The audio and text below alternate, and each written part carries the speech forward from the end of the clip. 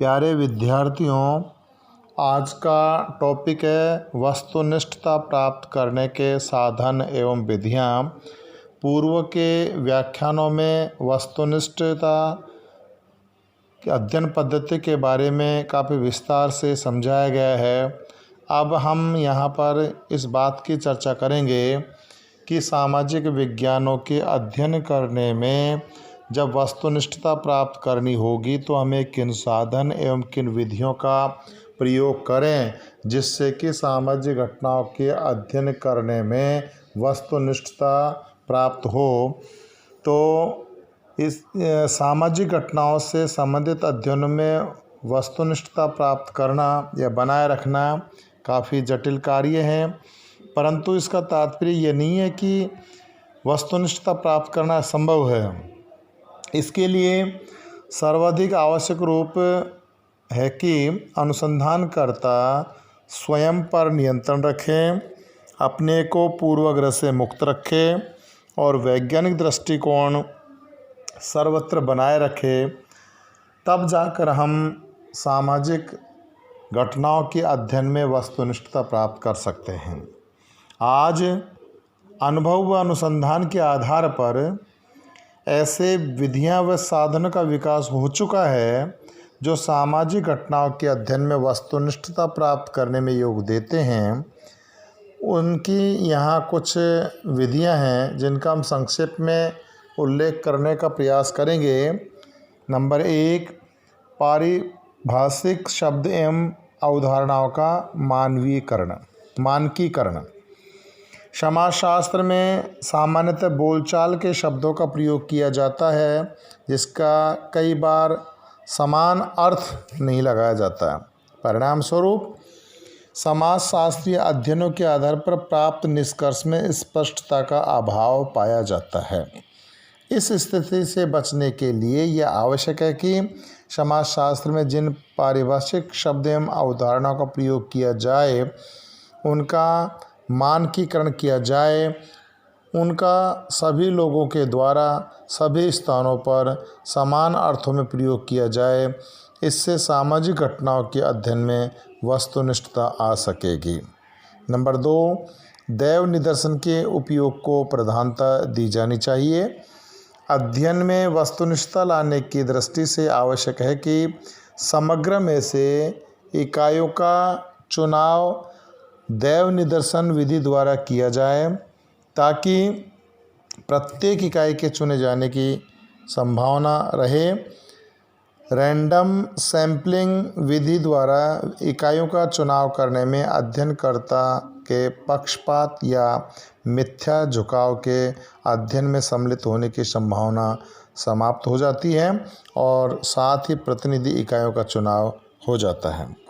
इसके बाद क्षेत्रीय कार्यकर्ताओं पर कम से कम निर्भरता हो। जहां वैयक्तिक अनुसंधान कार्यों में स्वयं अनुसंधानकर्ता द्वारा तथ्यों का अवलोकन संकलन किया जाता है, वहां वह अपने को नियंत्रित करके पूर्वाग्रहों व मिथ्या झुकावों से बच सकता है। लेकिन जहां अनुसंधान कार्य हेतु तथ्यों का संकलन अनेक क्षेत्रीय कार्यकर्ताओं द्वारा एक साथ किया जाता है, वहां अभिनति या पक्षपात से बचने के लिए यह आवश्यक है कि उन्हें किसी भी प्रकार की वैयक्तिक स्वतंत्रता नहीं दी जाए और उन पर पूरा नियंत्रण रखा जाए। इसके बाद प्रश्नावली व अनुसूची का प्रयोग। प्रश्नावली व अनुसूची में निर्धारित प्रश्न होते हैं। मानक शब्दावली का इनमें प्रयोग किया जाता है। परिणाम स्वरूप तभी सूचनादाता प्रश्नों के समान अर्थ लगाते हैं और उनके द्वारा प्राप्त उत्तर भी प्रमाणीकृत होते हैं। इनके प्रयोग का लाभ यह है कि स्वयं अनुसंधान करते पर भी नियंत्रण रहता है, वह मनमाने ढंग से प्रश्न नहीं पूछे जाते। इससे अध्ययन में वस्तुनिष्ठता बनी रहेगी। अर्थात कहने का तात्पर्य है कि जब हम सामाजिक घटनाओं का अध्ययन करते हैं तो उसमें यदि प्रश्नावली और अनुसूची का प्रयोग करते हैं तो निश्चित रूप से अध्ययन में वस्तुनिष्ठता प्राप्त होगी। इसके बाद यांत्रिक साधनों का प्रयोग।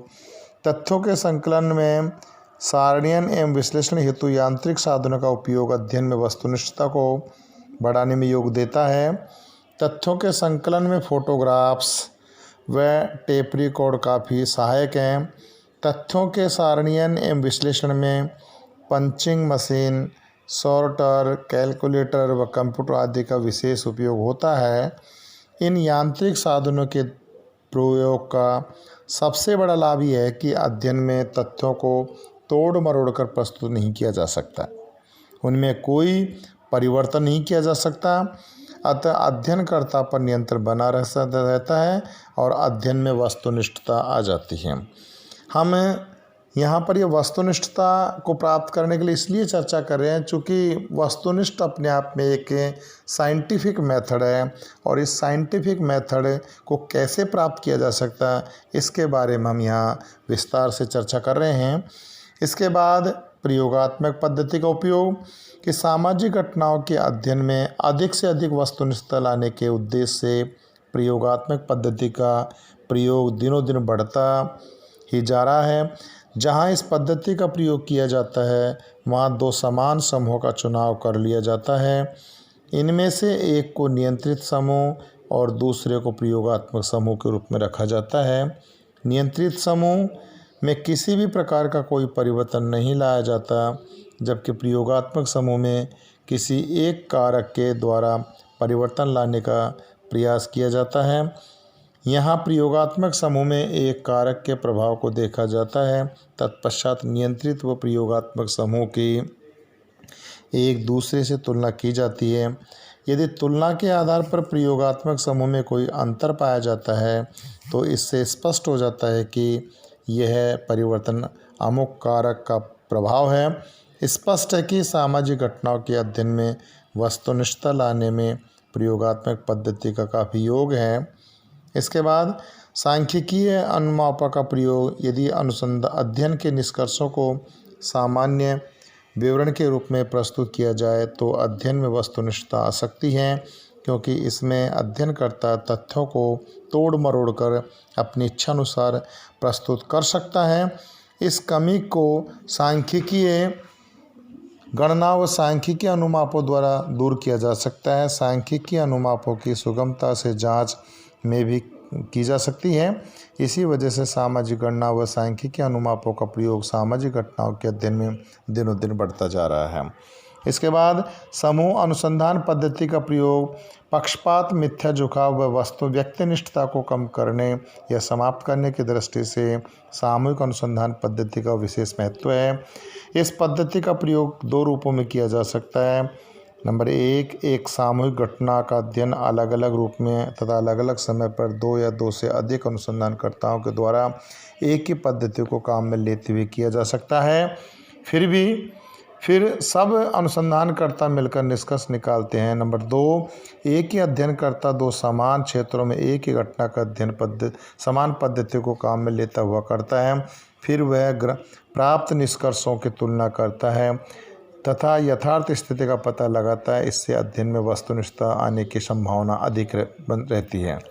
इसके बाद अंतर्वैयक्तिक अध्ययन पद्धति का प्रयोग विभिन्न विज्ञानों में के सहयोग पर आधारित अध्ययन को ही अंतर्वैयक्तिक अध्ययन कहते हैं और समाज विज्ञानों में वर्तमान में इस प्रकार के अध्ययनों का महत्व बढ़ता ही जा रहा है। आजकल यह स्पष्टतः महसूस किया जाने लगा है कि किसी भी घटना के लिए कोई एक ही कारक उत्तरदायी नहीं है। उदाहरणार्थ अपराध, निर्धनता या भ्रष्टाचार जैसी समस्याओं के लिए सामाजिक, आर्थिक, राजनीतिक, सांस्कृतिक व मनोवैज्ञानिक कारक उत्तरदायी हैं। जब तक इन कारकों को भली भांति नहीं समझ लिया जाता तब तक किसी समस्या, घटना या विषय का यथार्थ व वस्तुनिष्ठ ज्ञान प्राप्त नहीं किया जा सकता। यही कारण है कि विभिन्न विज्ञानों के बीच दिनों दिन सहयोग बढ़ता ही जा रहा है। परिणाम स्वरूप सामाजिक घटना संबंधी अध्ययन अधिक वस्तुनिष्ठ एवं यथार्थ होते जा रहे हैं। लास्ट है मिश्रित सांस्कृतिक उपागम का प्रयोग। जब किसी सांस्कृतिक क्षेत्र से संबंधित किसी घटना या समस्या का अध्ययन विभिन्न सांस्कृतिक क्षेत्रों से संबंधित लोग करते हैं तो वे यह कार्य अधिक निष्पक्षता एवं वस्तुनिष्ठता के आधार पर कर सकते हैं। अध्ययन किए जाने वाले सांस्कृतिक क्षेत्र से संबंधित अनुसंधानकर्ता में पक्षपात व मिथ्या झुकाव हो सकता है, लेकिन जब अन्य सांस्कृतिक क्षेत्रों से संबंधित अनुसंधानकर्ता अध्ययन करते हैं तो वस्तुनिष्ठता की पूरी संभावना रहती है।